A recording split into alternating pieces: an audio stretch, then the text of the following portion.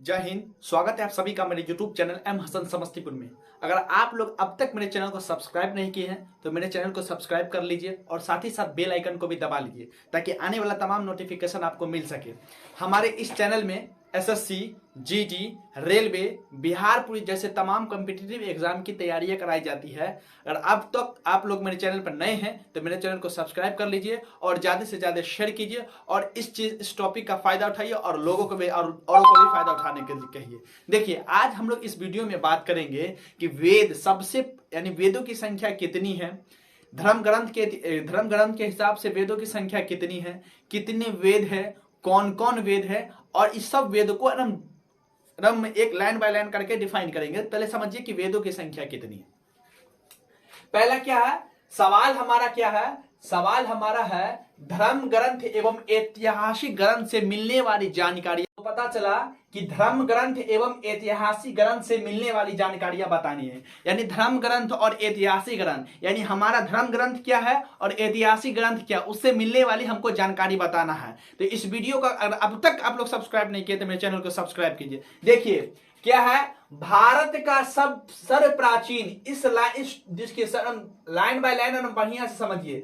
भारत का सर्वप्राचीन धर्म ग्रंथ है, सबसे पुराना सबसे प्राचीन ग्रंथ जो है भारत का वो वेद है। क्या है? वेद है। भारत का कोई पूछे कि भारत का सबसे प्राचीन ग्रंथ क्या है, भारत का सबसे प्राचीन ग्रंथ वेद है। भारत का सबसे प्राचीन ग्रंथ क्या है? भारत का सबसे प्राचीन ग्रंथ वेद है। और वेदों की संख्या कितनी है? तो वेदों की संख्या 4 है। कितनी है? तो वेदों की संख्या 4 है। याद रखना, वेदों की संख्या कितनी? वेदों की संख्या 4 है। कौन कौन वेद है तो इसको समझिए। कौन कौन वेदों की संख्या कितनी है? तो वेदों की संख्या 4 है। कितनी है? वेदों की संख्या 4। इसको नोट कर लीजिए, वेद की संख्या 4। कितने वेद की संख्या? तो वेदों की संख्या 4 है। पहला क्या है? ऋग्वेद। पहला क्या है?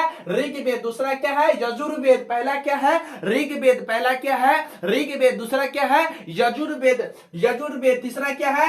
सामवेद। तीसरा क्या है? सामवेद। और चौथा देखिए क्या है? अथर्ववेद। चौथा का वेद का क्या नाम है? अथर्ववेद। पहला ऋग्वेद, दूसरा यजुर्वेद, तीसरा सामवेद, चौथा अथर्ववेद। पहला ऋग्वेद, दूसरा यजुर्वेद, तीसरा सामवेद और चौथा अथर्ववेद। अगर कोई पूछे कि वेदों की संख्या कितनी, वेदों की संख्या 4 है। कौन कौन वेद है? ऋग्वेद है, यजुर्वेद है, अथर्ववेद है, सामवेद है। टोटल वेद की संख्या कितनी? तो 4। टोटल वेदों की संख्या कितनी? तो 4। और देखिए नोट में क्या लेके, इन चारों वेदों को संहिता कहा जाता है। पूछेगा इन चारों वेदों को क्या कहते हैं? संहिता कहा जाता है। पूछेगा कि चारों वेदों को क्या कहा जाता है? संहिता कहा जाता है।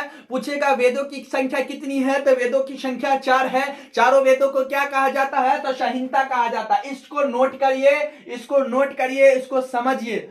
अगला नेक्स्ट जो हमारा टॉपिक रहेगा वो ऋग्वेद पर चलता रहेगा, सिर्फ और सिर्फ ऋग्वेद। ऋग्वेद क्या है, ऋग्वेद को किसने लिखा, पूरा ऋग्वेद का इतिहास जानेंगे अगले टॉपिक में। अगर अब तक मेरे चैनल को सब्सक्राइब नहीं किया है तो मेरे चैनल को सब्सक्राइब कीजिए। मिलते हैं नेक्स्ट वीडियो में, जब तक के लिए जय हिंद, जय भारत, जय।